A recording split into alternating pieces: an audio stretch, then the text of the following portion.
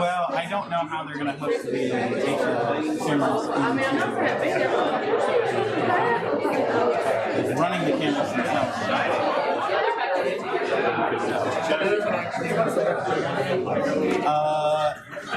I can control the cameras just fine. I just don't know how the video is interfacing into the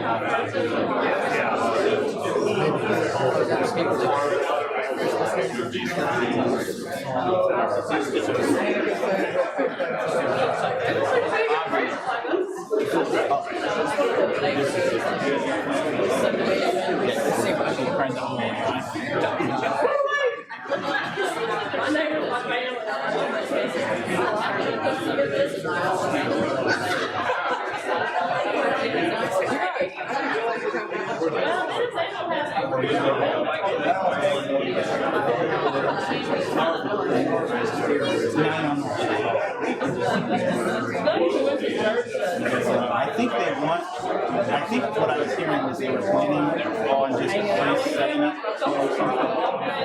Maybe it like that.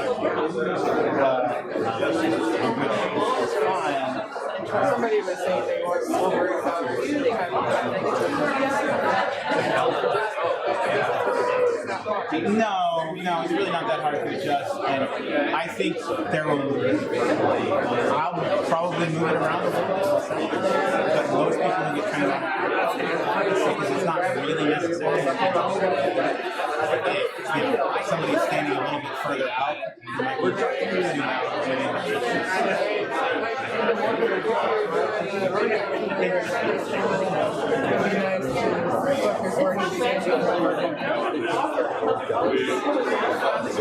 Right, because if I do...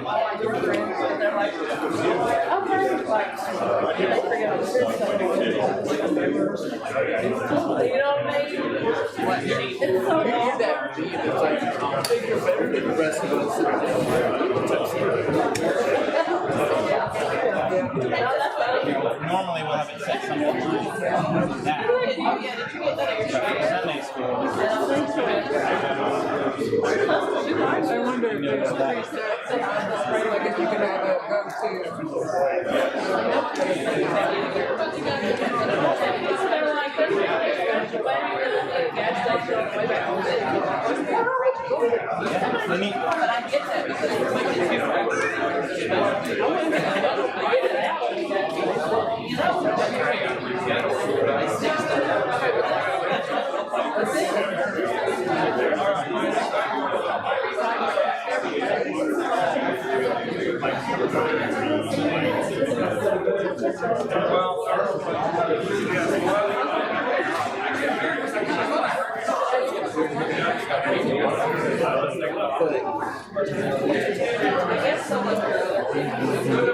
I guess so, but like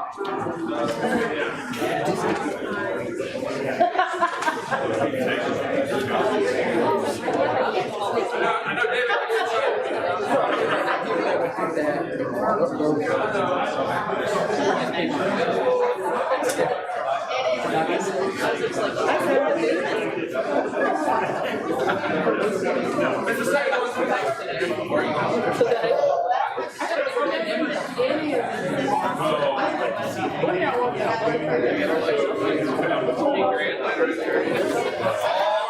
Here to go ahead and get started. So just want to come on in. We are continuing our study here in Christian Stewardship. We have today and one more week. And so a little bit of a time crunch.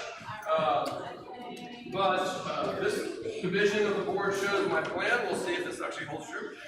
But we're going to try to finish last week's lesson and then look at saving. And I'll be honest, I don't have a ton to say about saving. I have not thought as deeply about saving as I have about spending. But hopefully you'll have some input there too. I do have a few sort of a general framework to think about a couple of things I want us to get to. But I think what we will be able to do, at least what I have, in about 30 minutes. And that gives us about 15 minutes to finish last week. So that's what we're gonna try to do. We're just kind of remember where we're at. We're thinking about Christian stewardship in an age of wealth. Christian stewardship in the modern economy. The realities of our current economic reality. What we said is that in our current economic reality, we have to understand not only how our giving glorifies God and serves our neighbor, but we have to have a way of thinking about our spending and our saving as well. And so our idea of stewardship is, as stewards, we're to use all of our money to the glory of God all the time. That's, a disciple is one who has denied himself, taken up his cross, and followed Jesus. He has devoted himself entirely to the Lord's service. He reserves no part of his life for himself, and that includes our money.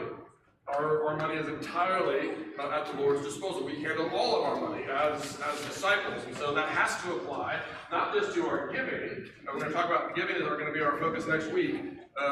We want to give to the glory of God and to our neighbor, but we also want to spend and save in those ways as well. And so we spent some time talking about spending last week. We talked about kind of ways spending goes wrong, and we talked about sort of sinful spending. Those are kind of the obvious ones. We talked about the obvious example of hire a prostitute, right? This is you can't spend on things that are explicitly contrary to the law of God. You can't spend to subsidize sin, all right? So that's sort of the obvious one. And then we talked about conspicuous, I know my handwriting's terrible, but conspicuous and idolatrous spending. And conspicuous spending is that spending where you are spending sort of to be seen. Spending to keep up with the Joneses. Spending, in order to garner either reputation or position or influence with people, right? And this is not a healthy God-honoring motivation for spending. And then, of course, there's idolatrous spending, where we are looking to our wealth for the things that God is supposed to supply, for security and for purpose and all of that. And so, idolatrous spending becomes when we are looking to consumption to take the place of God in our lives as the source of life. All right, so these are all ways that spending can go wrong. We say, well, then what criteria do we use then to think of spending that is healthy, spending like a disciple? And we mentioned sort of three categories that help us to discern whether our spending is good. Is our spending to the glory of God? We talked about a little bit about what that meant. Is our spending to the good of our neighbor? And then the third one that we didn't get to last week does our spending promote our own growth in grace? And so let me just pause there. And any lingering questions from what we talked about last week, as you reflect on kind of what we talked about last week, and any questions just sort of come up in your mind over the course of the week that you were wrestling with. Yes. I was here last night. Okay. In terms of giving to Christian causes, is that Yeah, Christian, that will be next week. That's giving. Yes, that's our third category. So we have spending, saving, and giving. And so this is really spending on acquisition and consumption. Yeah, this is our spending really on ourselves. So giving is going to be a third category that we're going to talk about next week. How does that fit in? Because clearly there is a call to give.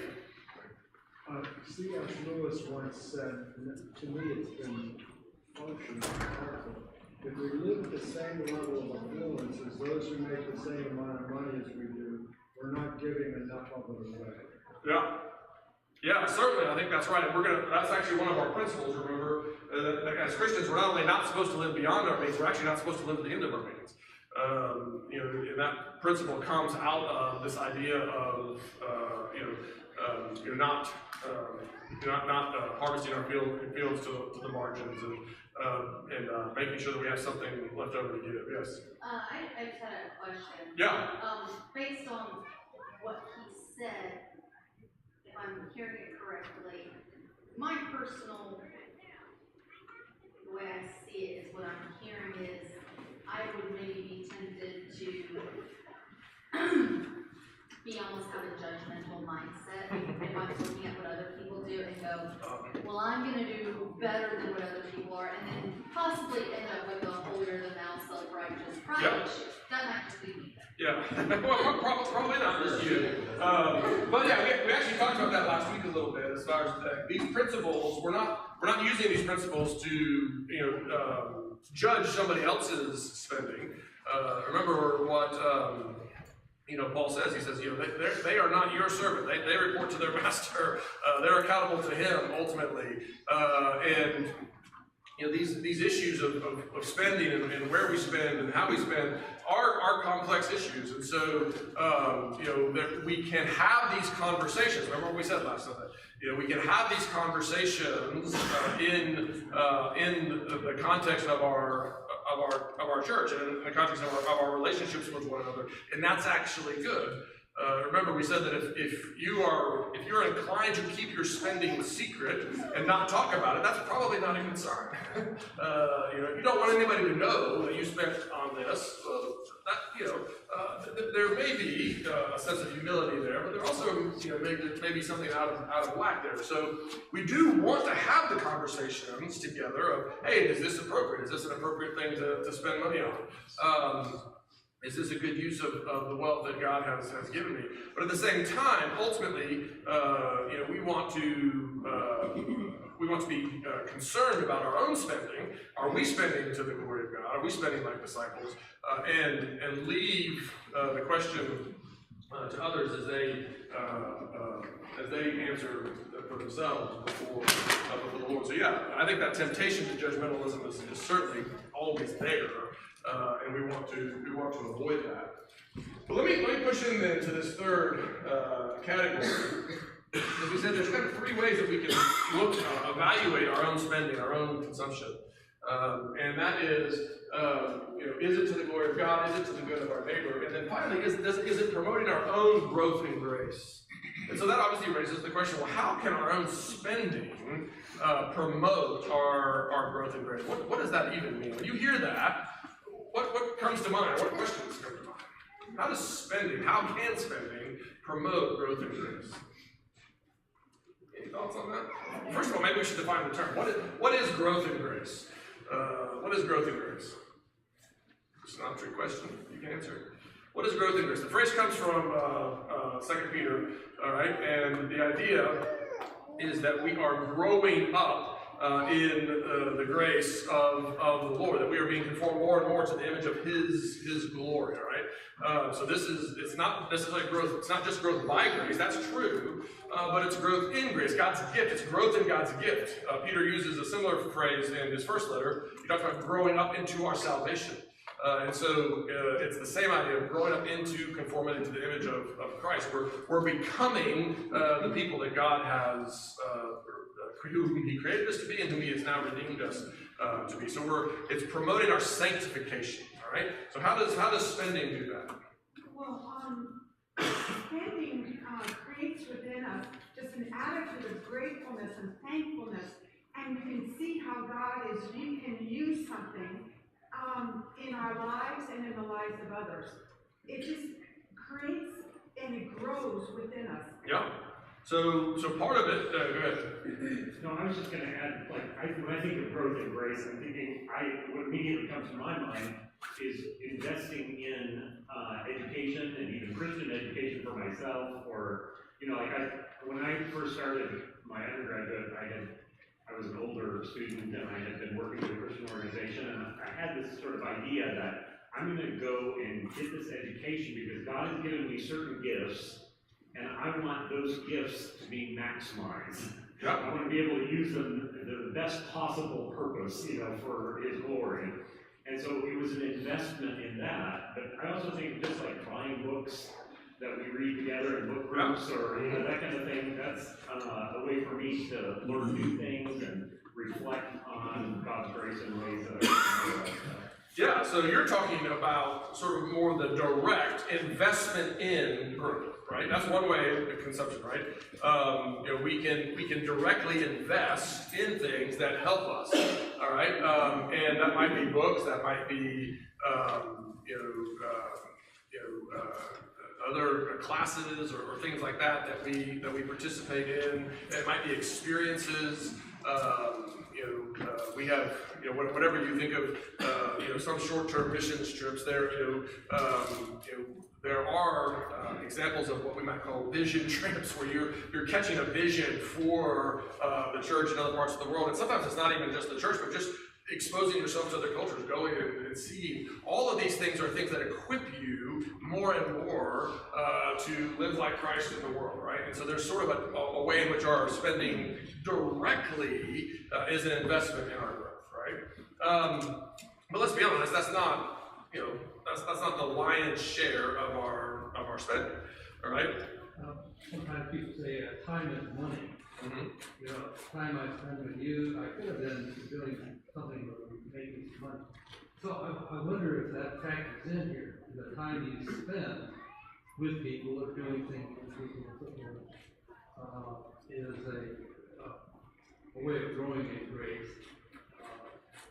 Maybe monetarily. Yeah. Just time. Yeah, no, I think exactly. I think that's exactly right, because the second thing is that we do also spend not just on things that are sort of we think of as directly pouring into our sanctification, but we also think about things that free us to do those good works that God has prepared us to do, right?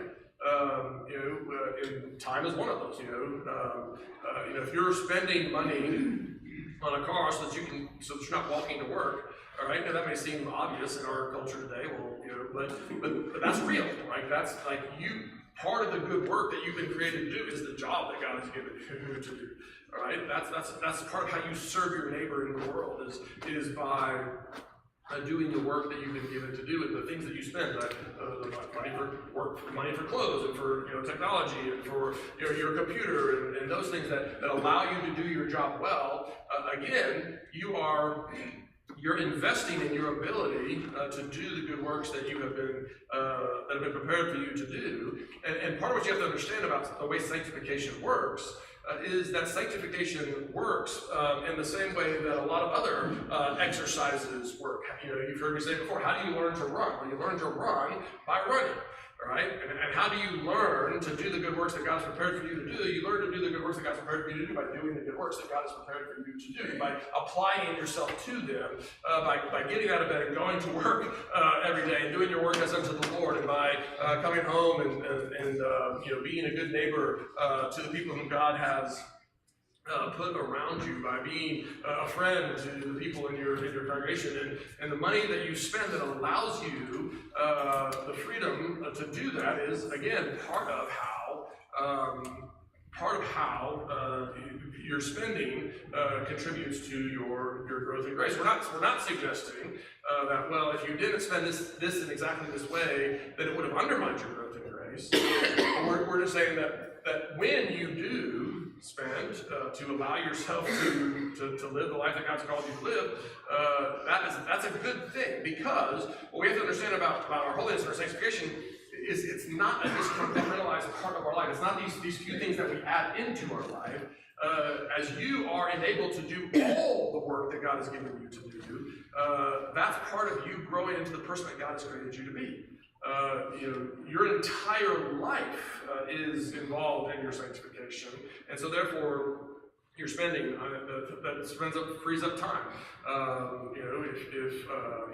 One of my favorite purchases in the last few years is a backpack leaf blower. All right, that I got because it saves energy and it saves time, and they're expensive, and I couldn't afford one when I was younger, but I was able to buy one a few years ago, and it makes a huge difference. And not only do I get to use it, but some of you have borrowed it, and it's because we have it now.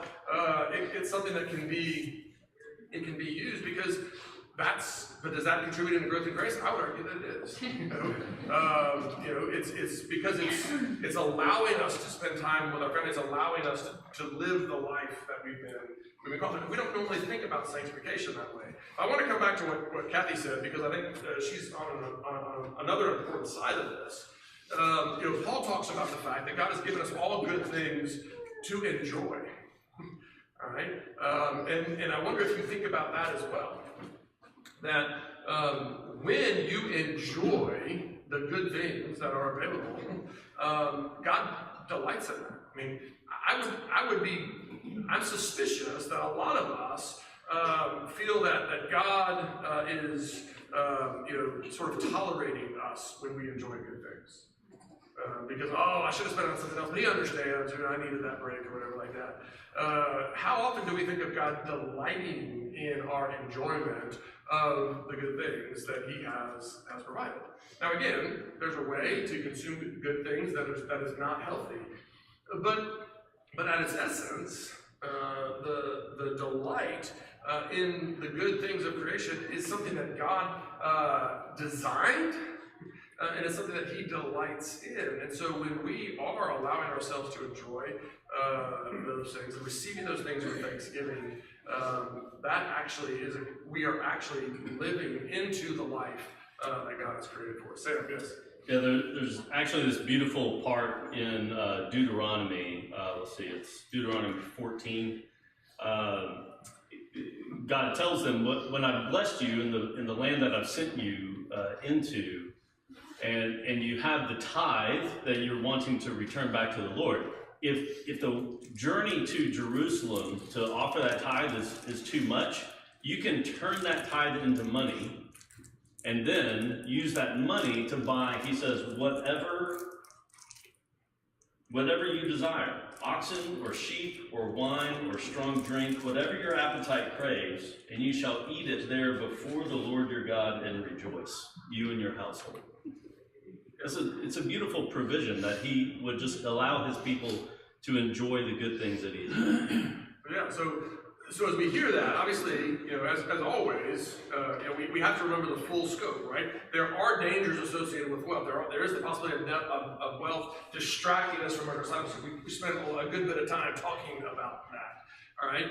And so again, we're not suggesting that that we ought to just spend without consideration of who God is or what he has created us to be. But at the same time, how often do we think of the fact that delighting in the good things of creation, delighting in the good things that man's dominion has brought about, that this is something that God delights in. God delights in our delight because he's created us that way. And so there's a place for simply delighting in the good things, the good food, and the beautiful clothing, and the car that is a little more comfortable than the one you could have bought, for less money and all that. There's a way in which God is pleased with that, and so obviously we don't want to spend in ways that promote sin or our prideful comparison to our neighbors. All right, we don't want to spend in ways that incline our hearts towards the comforts and the security and the pleasures of this life over against God. But there is a way in which we want to spend that receives the goodness of man's dominion as a gift from God with thanksgiving, that we can delight in knowing that He delights in our delight, right? And so, again, all of that comes back to how we think about spending. And so, yeah, final comments, yes. Just a question about that term, growth in grace. When you Yes. first mentioned it, my initial thought was growing spiritually, right? Mm-hmm. And your leaf blower example, I mean, indirectly would promote spiritual growth, right, as you share. But my question is, when we talk about growth, why not just say growth? Like, to grow, my health, my mental health, my physical health, grow in, like, my professional skills, grow in, like, my ability to serve others. You know what I mean? Like, Yeah. I'm just curious, like, the nuance of that. So obviously we're just taking that phrase out. We're talking about growth in ways that accord with God's gift of life. So grace is God's gift, the life that He has saved us to, and so all those other areas of growth I think will all be subsets of growth in grace. Growth in grace is not always and exclusively growth in our devotional practices. That's the way we can sometimes default to, but growth is growing into the life for which we have been saved. Thinking of growing into God's gift, and it's, like I said in 1 Peter, he uses the language of growing into salvation. Again, the gift, the salvation that God has given to us, and as you grow into that, as you become the person, not just in your devotional life, but in all of life, as you learn to work to the glory of God, as you learn to play to the glory of God, as you learn to relate to your neighbors to the glory of God, as you learn to raise children to the glory of God, all of that is included here, and all of that includes those areas that you mentioned: your physical health, your mental health. I don't have time to explore it fully, but one of Jonathan Edwards' resolutions, the sort of controlling resolution from Jonathan Edwards was, I'm going to live to the praise of God's glory. I'm going to always seek to do all things to the praise of God's glory. He has 72 other resolutions that sort of work that out. And one of those resolutions is that he's going to eat in a way that allows him to do his work. He doesn't want to eat in a way that hinders. He had a weak constitution. He said, there are certain things I can't eat because they prevent me from actually doing the things that God's prepared for me to do today. And so I want to eat in a way. It wasn't about losing weight or looking good in his jeans or whatever. He said, I want to eat so that I can do my work. And not eat in a way that's gonna harm me. So even there, that was part of his growth in grace. So, all right, yeah. The first thing I know about grace is an undeserved gift. So I think of God just having that attitude that everything God has given, everything comes from Him. And everything I have was given to me by Him, whether it was a gift or intelligence to make money. So just having it, to me, it makes me humble when He blesses me, or when He gives me knowledge to have a business, or whatever. I continue to walk in humility, and having that attitude does change the way I live or Yeah, absolutely. And so again, there are ways, just to wrap this all up, there are ways in which our spending can go wrong, and we need to be aware of those, and we need to be on guard against them. But we also need to recognize that we can spend in ways that promote the good of our neighbor, and promote the good of our neighbor and glory to God, and even equip us more and more to live out the lives that God has created us to live. This is what we need. We need a way of thinking about our spending that recognizes that we're spending to the glory of God and the good of our neighbor, and that's a good thing. We're spending like disciples when we do that. But there's a second category here. As I said, next week we're going to talk about giving. But there's a second category here that we need to be aware of, because what we do with our money, we can spend our money, we can save our money, and then obviously next week we're going to talk about giving our money. We tend to think of giving as to the glory of God. I've hopefully, at least suggested to you the possibility that our spending can be to the glory of God. But we need to ask the same question about saving. What does it look like to save as a disciple? All right. How do we think about saving in a way that again meets these same categories? That is to the glory of God, to the good of our neighbor, to our own good. All right. And so in order to get at that question, in order to begin to get at that, the answer to that question, we have to think of what is saving for? What is saving for? Right? Why do we save? Emergencies. Okay, for the future. Alright? But for what specifically about the future? Retirement. Okay, retirement. Emergencies. For our children, Say again? for our children. Okay, children. Alright. That's actually going to fall under a different category here in just a second. But yeah, so for the future, and someone, I think it was Whitney, they call this deferred spending. Future consumption. Yeah, future consumption, right? Deferred spending. I'm going to, in some ways, the children, but I'm going to put children under a slightly different category here. So we save as for deferred spending. Emergency is actually kind of fitting under another category, at least the way I had it. So when I think about the categories I have, we have the sort of deferred spending, we have insurance, and we have inheritance. And maybe you can add to that, but those are kind of my three categories when we think about spending, right? So you've got future deferred spending, and you know that for many of us, retirement is the number one example of that. All right, you're still going to have bills when you're retired. When you retire from your job, when you're no longer making a paycheck from your company, you're going to still have bills, and given the wonders of modern medicine and whatnot, you're probably going to outlive your job. All right, not always, but most human beings today in the West outlive their working years, and so they have years of retirement. And someone's got to pay those bills, and so a lot of what we do now is we save now so that we can spend, so we can have money to pay our bills in the future. All right, so that is deferred spending. There's emergency. This is what I think of as insurance, right? We spend because there may be unexpected costs. You know, retirement's kind of anticipated, and it's not always just retirement. I mean, there are other forms of deferred spending, right? If your kid wants a laptop, what do you tell them to do? Well, you better save your money this summer, all right? This is, Jacob, I'm sitting and looking at him, thinking, you wanted a laptop, and I was like, well, let's see how much that laptop costs, let's see how much money you can make this summer, and voila, this is how you get it. All right, you work, and you save that money.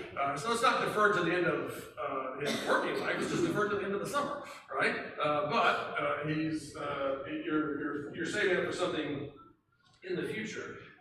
Insurance is a little bit different because those are sort of unexpected things. It might be health related, or it might be a natural disaster. You have insurance on your home and your cars and on your health. All right, so insurance and insurance can come in two ways. When we obviously self-fund, we save an emergency fund. If you've ever went through a Dave Ramsey class, he told you to get $1,000 emergency fund, right? So that when your brakes go out, you can fix them on your car. But most of us also pay for insurance, which is a form of, in my mind at least, a form of saving. And then the final idea that may not be large in many of our minds, but for some, we're saving because we want to have something to leave to our kids. We want to be able to help them. Down the road. My kids all got cars when they turned 16 because Sarah's grandmother left them an inheritance. All right, I'm very thankful for that.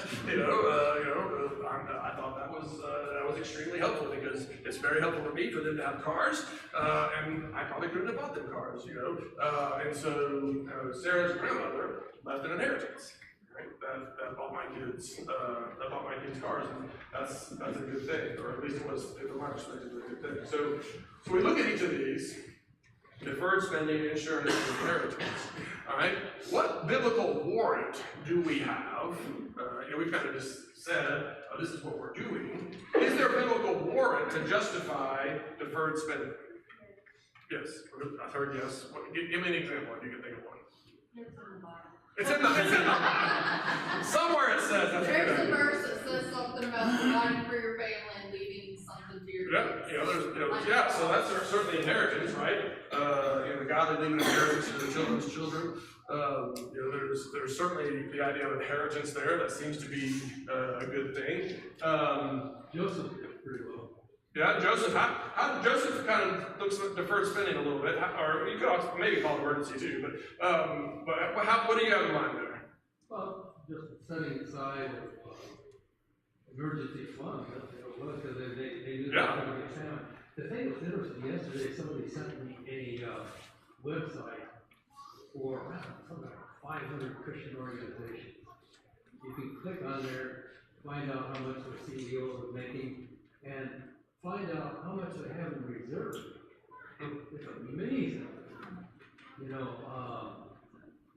We're involved in compassion. And they get about, I think, $100 million in reserve. Now, why is that?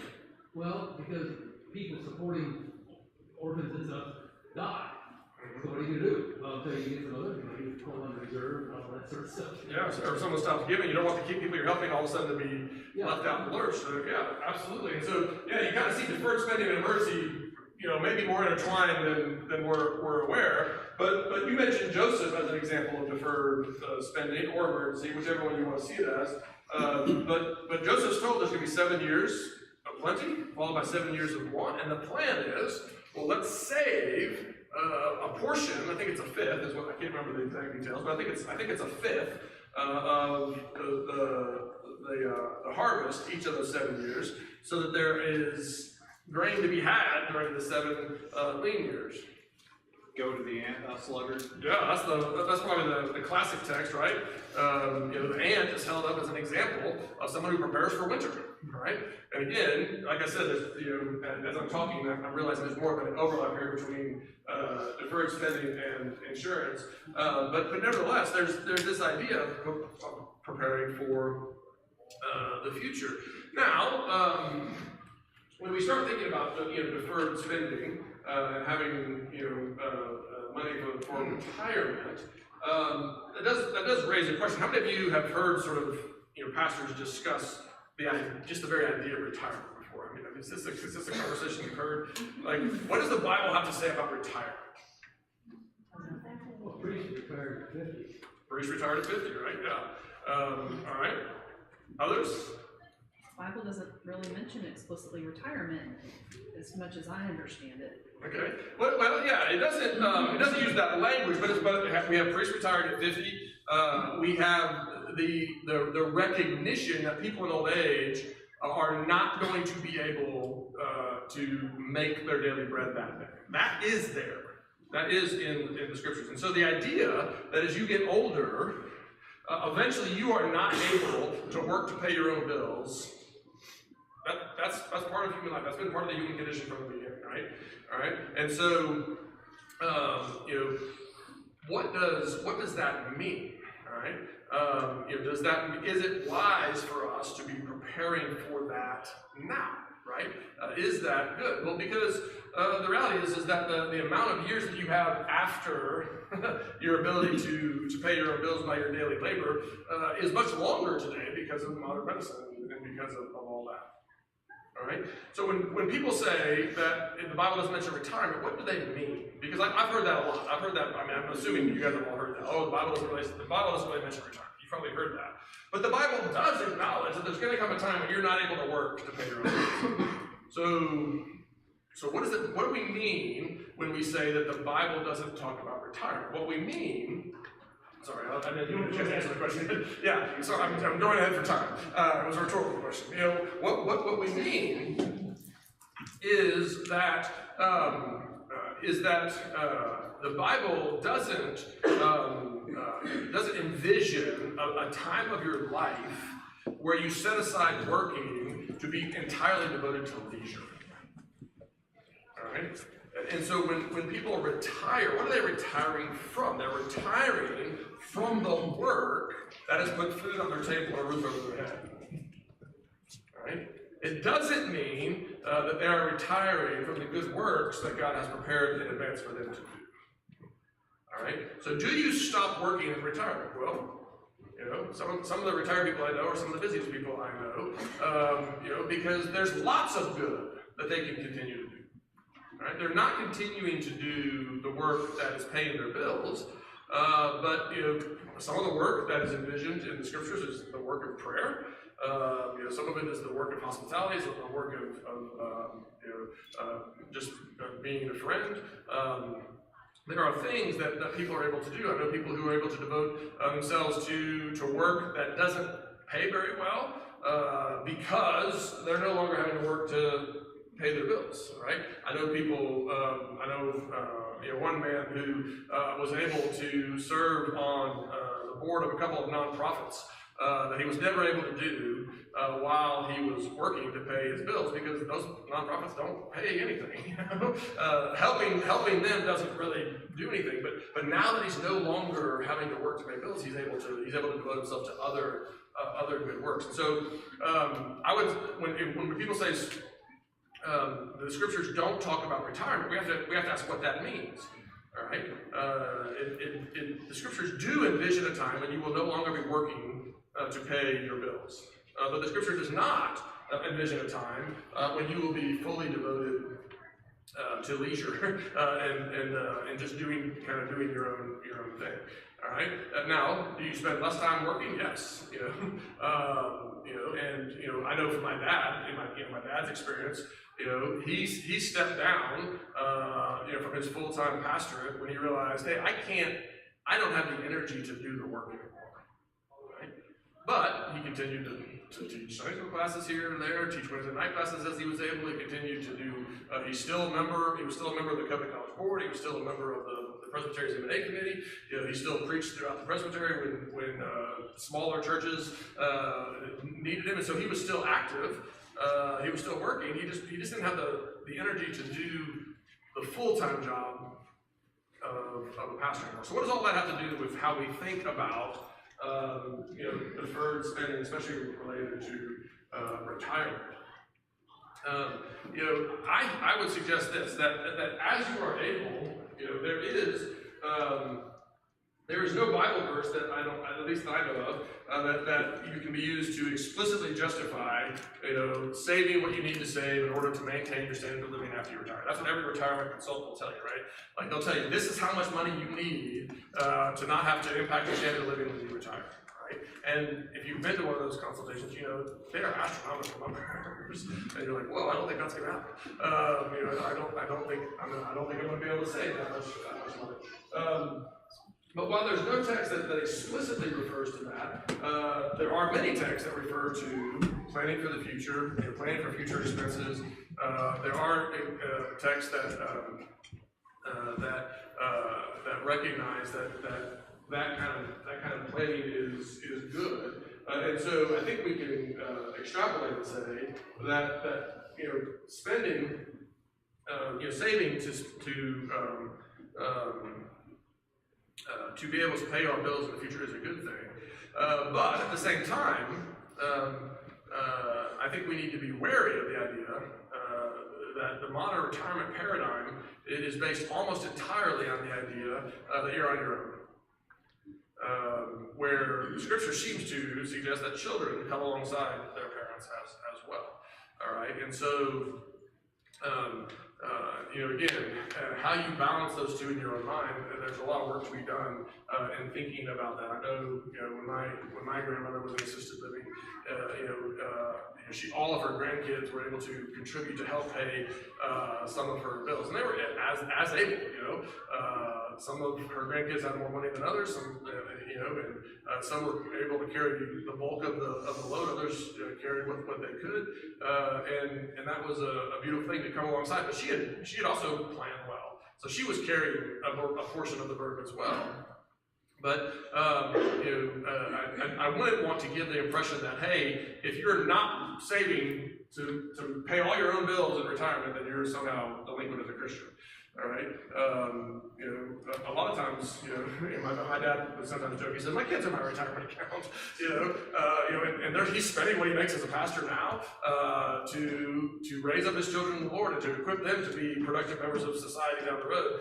And that's looked down on in our culture today. But there's something biblical about that as well. And so there's something biblical about saving, I think, but there's also something biblical about recognizing that, if you can't save every penny you're going to need for retirement, the Lord has provision for that. He's placed you in community for a reason. And when Paul talks about, not providing, for your family, he's not just talking about your nuclear family, your own kids. He is talking about your extended family and your parents as well.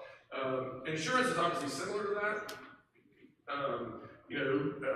We want to be wise in having insurance. Does that mean what's the limit on that? Again, when I go to consultants on people who tell me, oh, this is how much insurance you need, it usually has something to do with you want to make sure that you can pay off your house for your so that your wife isn't kicked out on the street if you're the primary breadwinner. You want to make sure that their needs are met, the needs of the kids' education is met. These are the kind of numbers that they're putting out there for insurance. And those are you can't justify any of those numbers explicitly from Scripture and say, well, oh, you have to have this kind of insurance or not.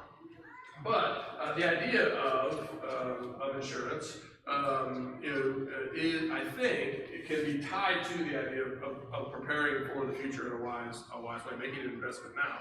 But again, be wary of people who say, well, if you don't have this type of insurance, or if you don't have that type of insurance, you're not loving your neighbor well. We need to be careful there. But again, what's our goal? What are we trying to do? Are we trying to love our spouse? Are we trying to love our kids? Are we trying to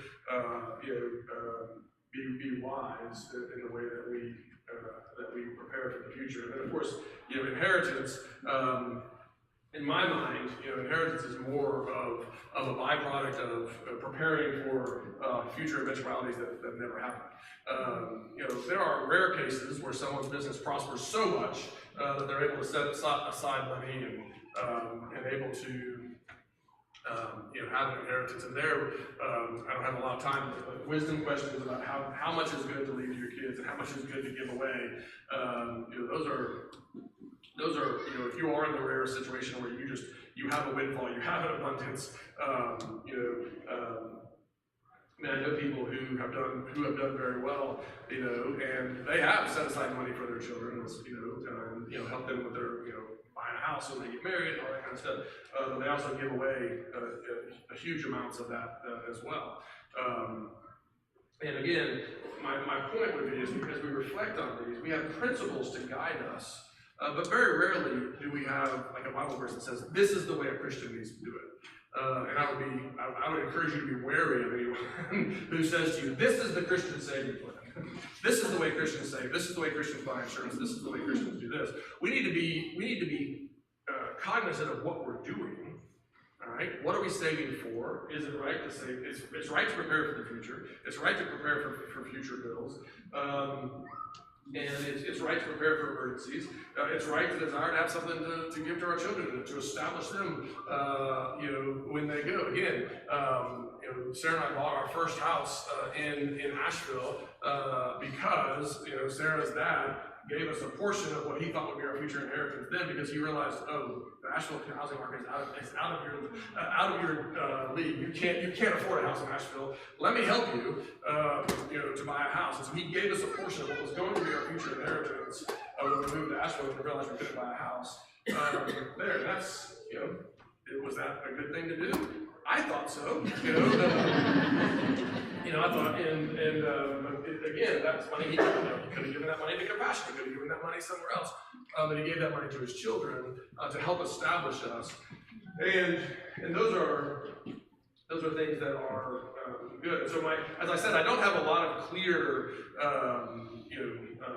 super clear principles to give you about spending.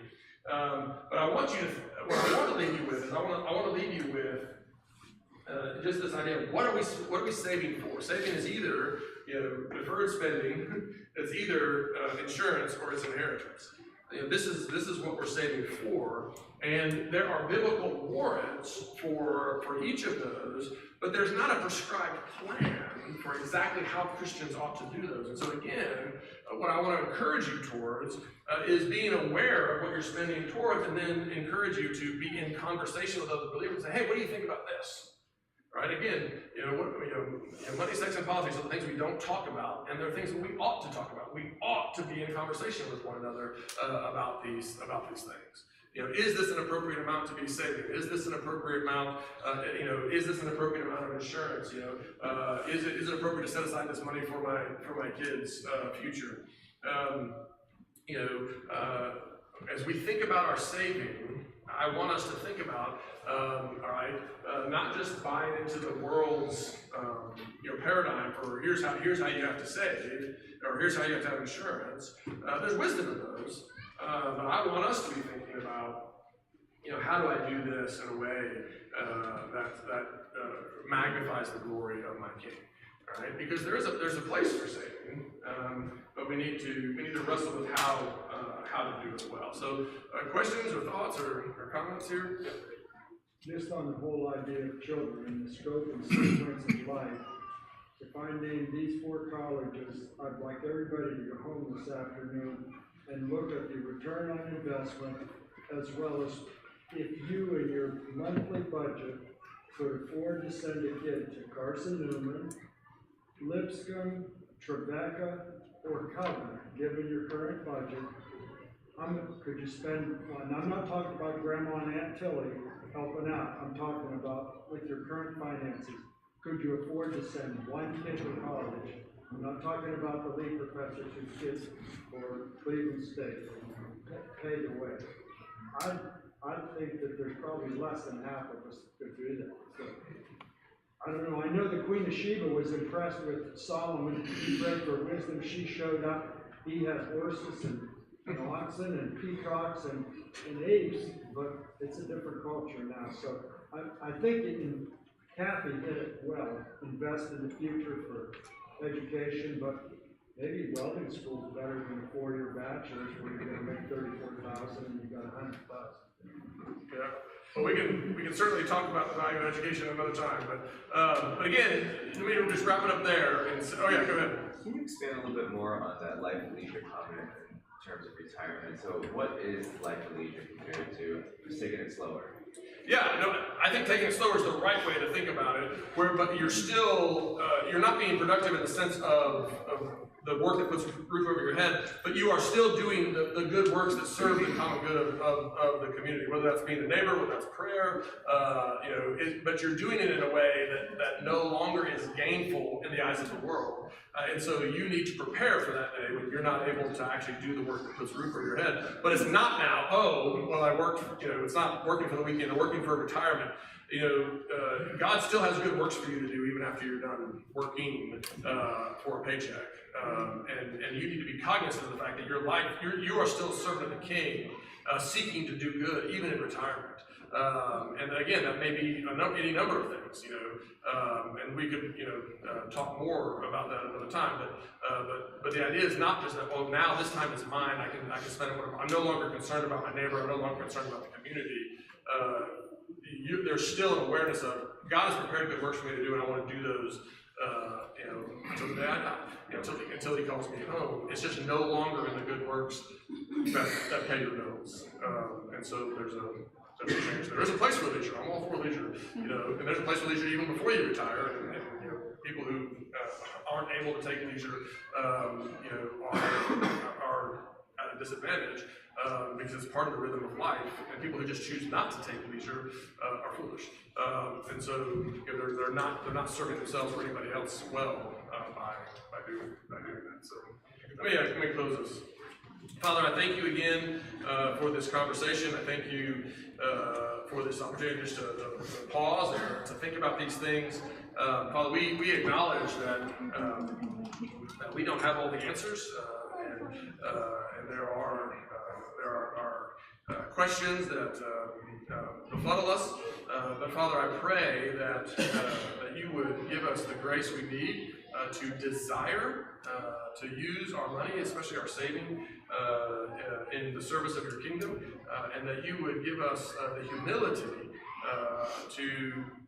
to talk about these things, so that in the council of your people we can find a way forward that is both to your good, or both to your glory and our good. We pray in Jesus' name.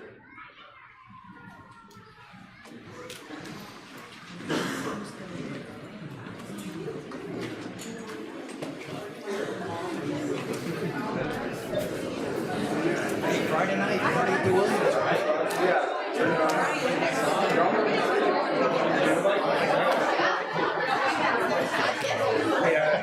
How many gallons did you end up selling?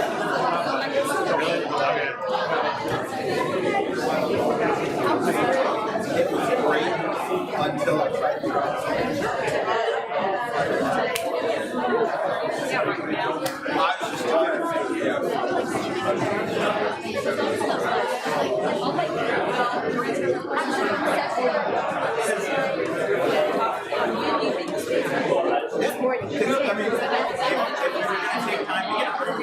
It's like, you spend time in the room, you don't have any time.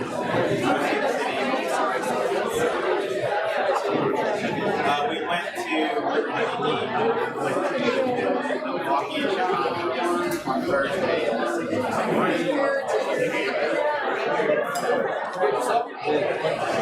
Everything good? Yeah, I got there and I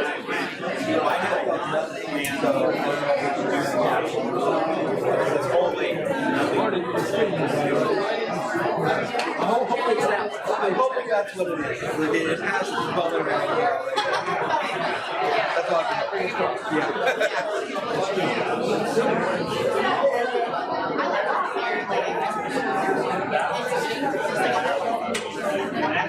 So fun.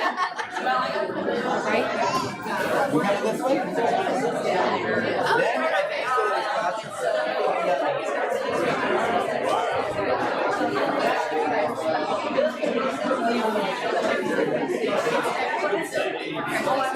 It's really good.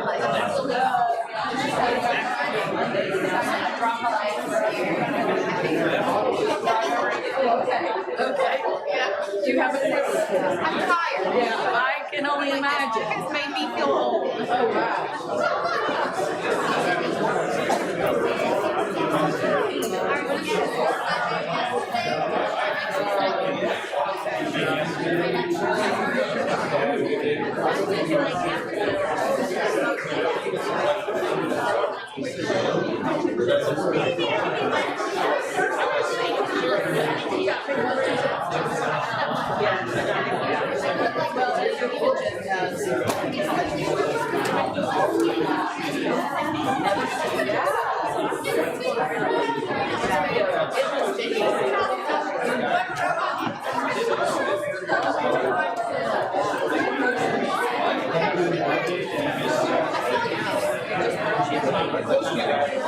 Someone's gonna come on.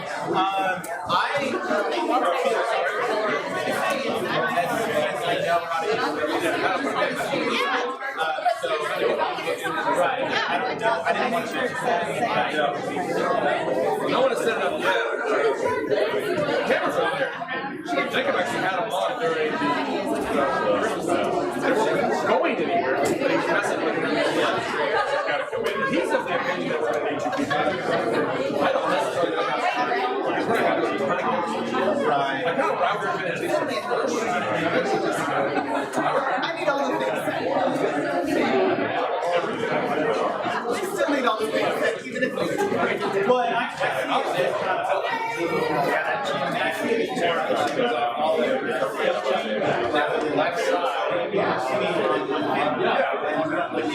Yeah, I agree. That's how I envision it. What you got there?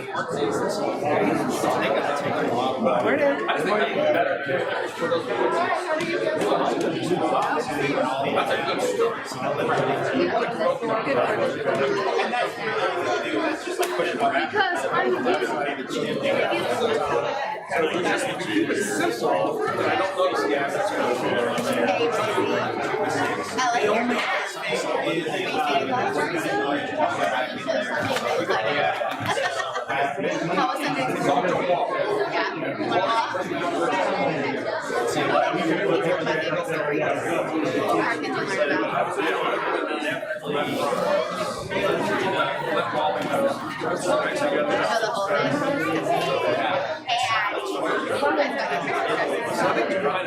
I'm not very critical. it's like,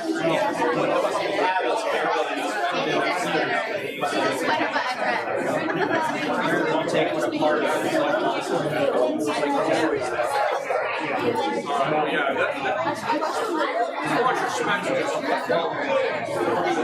Yeah. It's just a sweater. I don't know, Yeah, I saw it wasn't the right word, so I need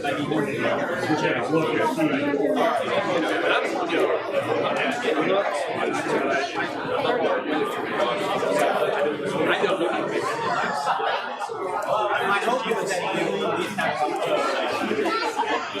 that's what I've been told. right.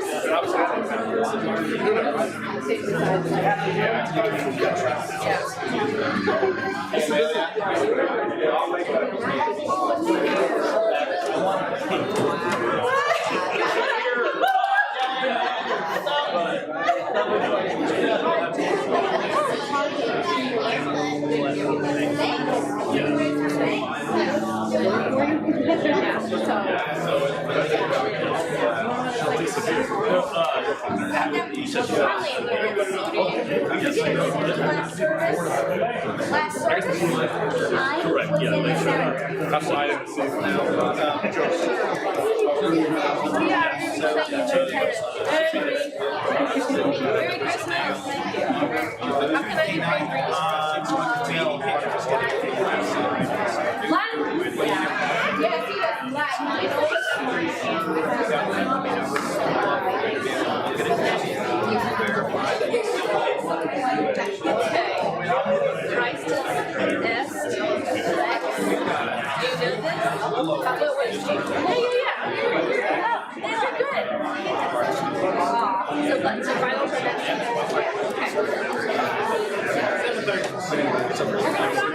Study hard, ask God to help you study.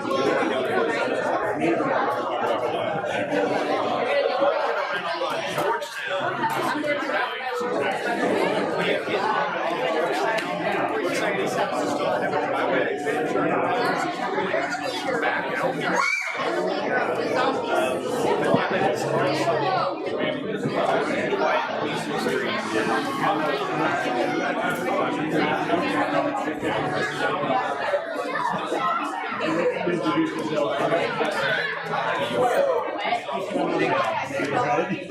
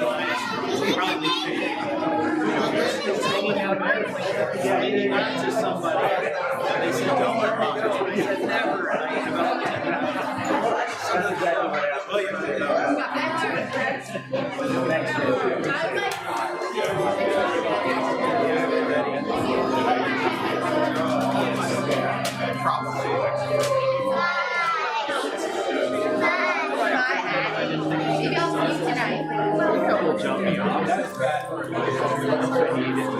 have good luck. Don't try to get money.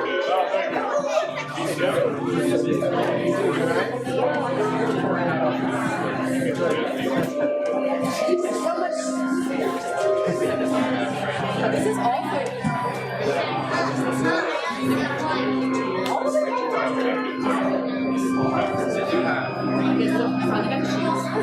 Yeah,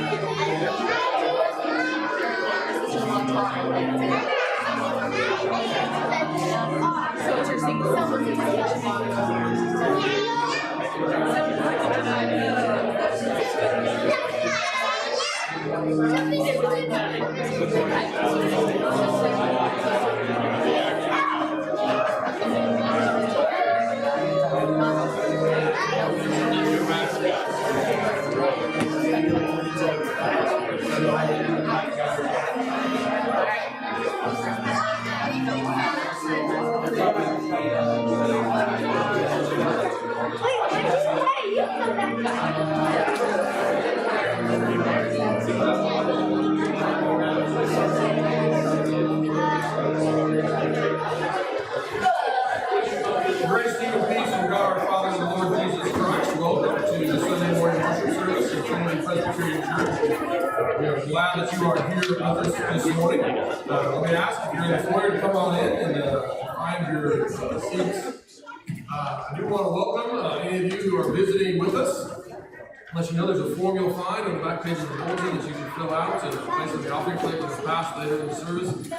Simply a way for you to let us know that you were here with us this morning. If you would like to meet with me or Sam for any reason, we'd love that opportunity. Just check the box that says you want the pastor to follow up with you, and we will contact you and schedule a time for us to get together. I do also want to draw your attention to the December schedule changes that are listed there in the bulletin. There's a lot going on that we want you to be aware of. First, notice that most of our small groups are not meeting in December. The Williams group is meeting today, but I think they're the only one, and the rest of the month we will be off for our small groups, so please be aware of that. Also be aware that on December 24th and then again on December 31st, we will not be having Sunday school and we will not be having two services. So there'll be one service on both of those days at 9:30. So again, please be aware of that. There's other events going on as well. You'll see them listed there in the bulletin. There's the ornament exchange and the adult Christmas party, the caroling, the Christmas Eve service. All the details are there in the bulletin. So again, we ask you to read that. You should know that we send these same announcements out in an email each week as well, so if it's easier for you to kind of hold on to it that way, and you're not getting our emails, you can let Jessica know. You can use that form on the back of the bulletin, where you can contact her using the email address there, but either way, she can make sure that you get added to the appropriate mailing lists. And then one final announcement I want to draw your attention to is the new women's Bible study that's going to start up in January. I'm actually going to be teaching that. We'll be studying through the book of 1 Peter. It's a 10-week study. We're offering it at 2 different times as we kind of try to figure out what time works best for the women of the church. So this first time we'll be offering it at 10 a.m.